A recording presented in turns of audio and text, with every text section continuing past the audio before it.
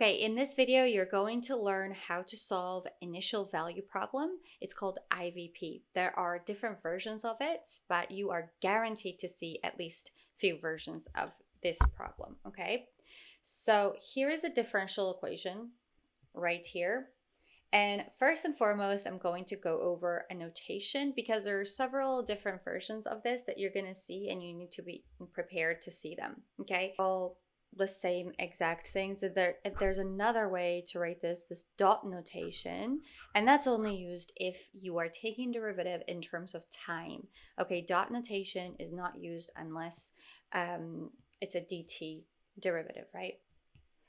First, we're going to find a general solution. So right now, we're going to forget about the US population. We have a data here, and we're only going to use data to find a specific or particular solution or unique solution. We're going to use this in a bit. But for the purposes of finding general solution, you don't have to remember data. You don't have to remember what country's population you're talking about, even what species population you're talking about. So this differential equation will be solved generally first. And this is a sentence that you have here. Function p, first derivative is taken, and it's determined that that equals k, some number times that function, that original function itself, right? So you have p of t times some number, and that is the first derivative of that function. So it's basically telling you that when you take this function's first derivative, you're getting some number times that original function itself. So what function can you think of whose first derivative is itself? Ex, right? Exponential function. That's the only one. That's the only special one. So the function must be e not of x, obviously, because our we're taking derivative in terms of t. So our independent variable is t, and then I'm going to write k there, right? So if I take derivative of this, and this is my solution, right? This is the solution. Remember that differential equations, when you solve a differential equation, function is your solution. So what you're looking for here is such function p that satisfies this condition, this differential equation, okay? So now I'm going to see if this actually solves this differential equation. And how am I going to see that? I'm simply going to take, that's the question. I'm simply going to take first derivative of that function right here. I'm going to write it like this. So square brackets are optional, and it's less usual to write square brackets. It's usually written like this. I like to write square brackets because it's really kind of screaming at you that we're taking derivative of this thing, okay? So don't leave it like hanging there. So I like to use square brackets because of that. But derivative of ekt is ekt times, again, kt, right? So this is chain rule, and then derivative of kt in terms of t is simply k. So then k ekt. Okay, this is the derivative. Notice that this right here is the function pt. So then what I got is that dp dt equals k times p of t, right? So that means that it satisfies, or this function solves this differential equation. So this is a solution of this differential equation, okay? Now I'm going to say something really important, and I want you to really pay attention to this, especially if you're going to continue to take other differential equations classes. So anytime you have a homogeneous linear differential equations, which you do here, then whatever solves this differential equation, and we determine that this solves this differential equation, any linear combination of solution will also be a solution. Meaning, I can multiply this by any number of constants here. I will put C to stand for any number, and those will also be solutions. And that will be even more general solution and therefore a better solution. So let's try that. Now let's go for, instead of assuming that there's 1 times EKT there, let's be a bit more prudent and say that there's some number there. Let's give it more freedom. Okay, that should be solution as well. That comes from the condition of linearity. If this is linear, this differential equation is linear, and it is, and you can check that by checking first additivity property, right? So, and then scalar multiplication property. Okay, so if you want to check this, I will write it really quickly. So you can say,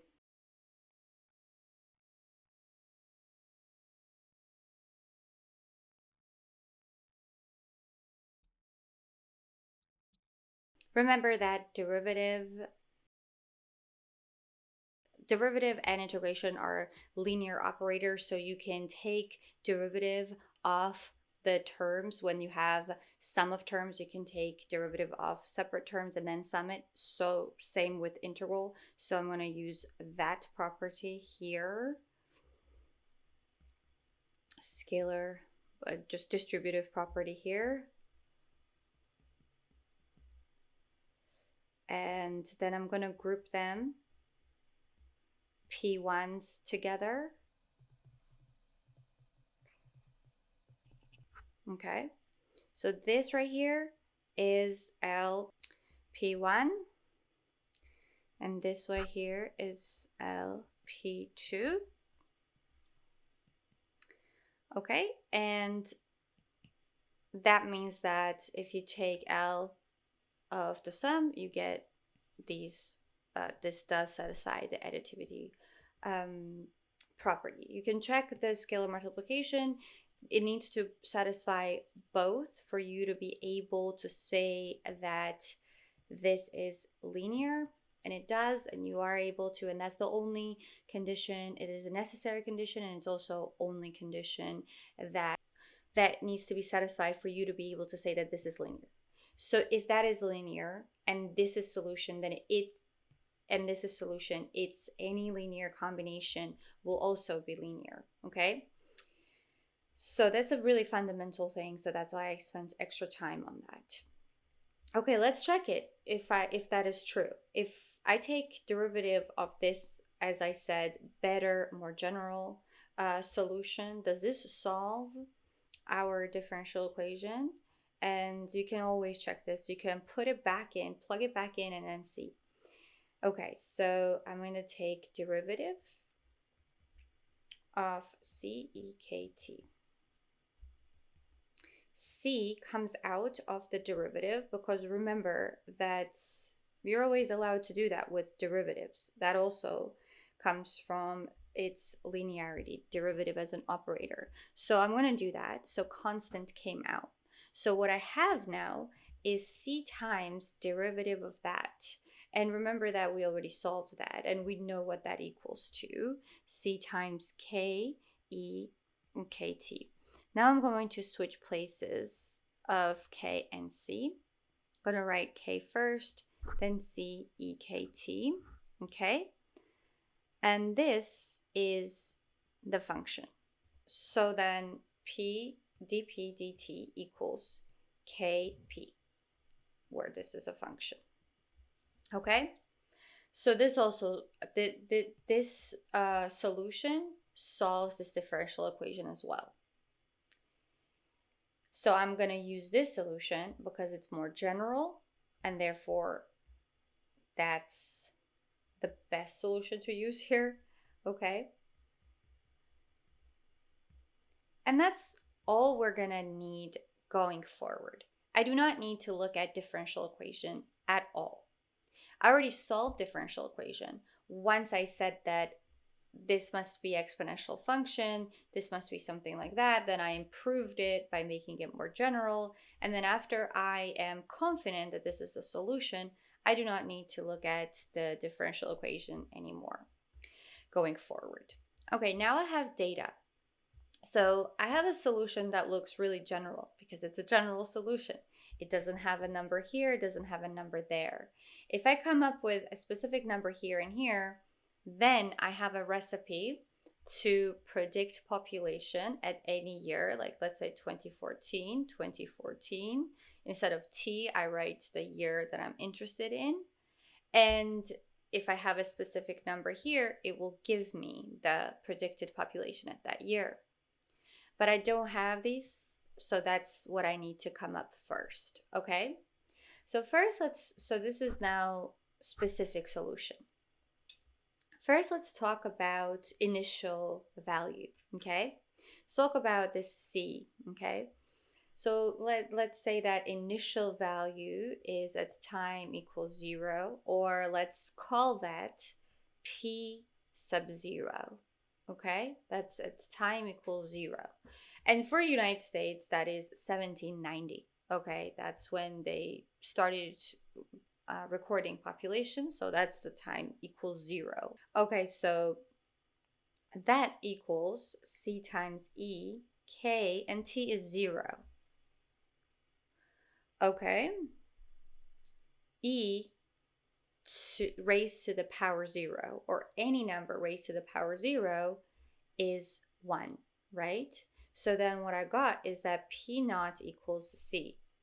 Okay, I'm going to use P naught instead of C because that's it just looks better, I think, because we're talking about population, and anytime you see P naught, that tells your brain that, okay, population at the beginning when time was 0, right? And time was 0, like obviously not like first century AD, right? This is 1790, and we set that in our data to time years since 1790. So we're setting 1790 as time equals 0. Yeah, this is the time we're going to use for our formulas, but understand that it's going to correspond here.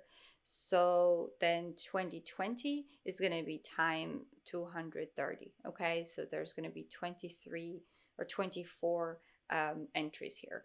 Okay, so now I am able to actually calculate P naught 3.9, right?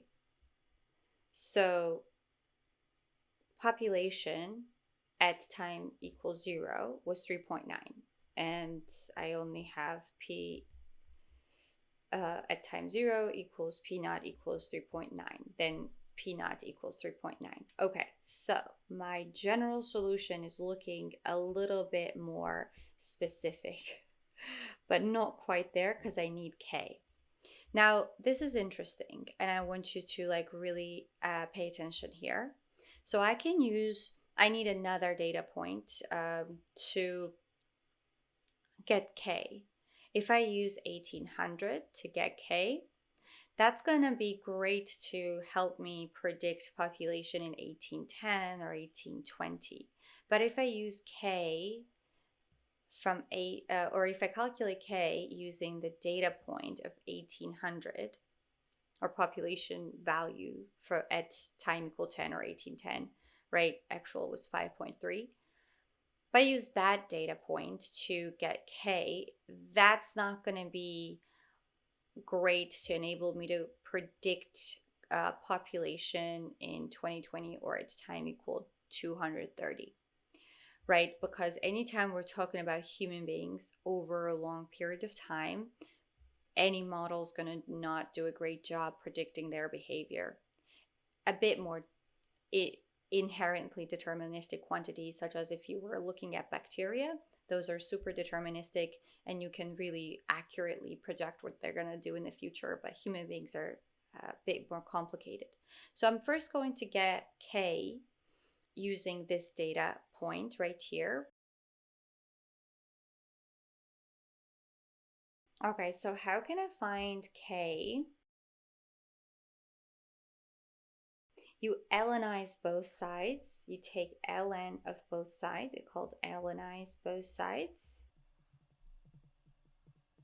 Okay, you put this in your calculator, and ln has a base of e, so that those cancel each other. So what you have here is 10K equals to, right? So then you put 10 here. So K equals to ln of this ratio divided by 10. Okay, you put that in your calculator. Okay, it's 0.03067. Okay, that's enough numbers. So now I have an actual solution for this specific data.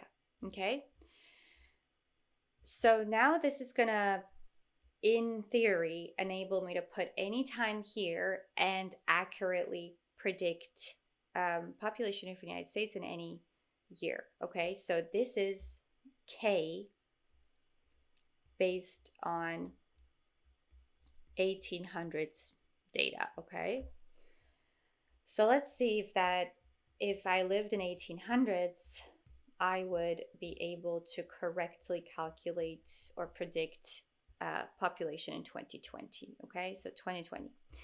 Let's see. So let's put the 2020 corresponds to 230. That's the time variable, right?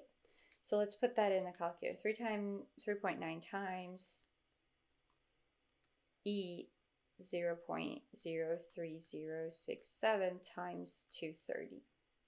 4,514, and all of that is in millions, right? So 4,514 million. So United States population is around 360 or 330 in 2020. Yeah. So this is like extremely wrong. Like it's not even anywhere in the neighborhood of 330 million people. So this did an awful job. Let's see why that happened. Because if I was predicting this in 1800, right, I would get my K in 1800 from the data I had, and I'd be really off. I would get 4,414 million people when the actual is 330. But if I got a more modern K based on 2010 data, right here, 309, right?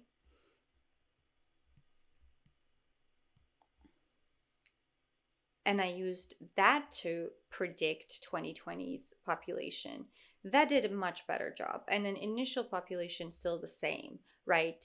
That doesn't change at all. That doesn't, because that's population of the United States in 1790. Of course, that doesn't change. But K here is way lower because I took data from 2010, and then that allowed me to predict population in 2020. Still wrong. It's not 330. That's the actual, but it is way better than 4,520.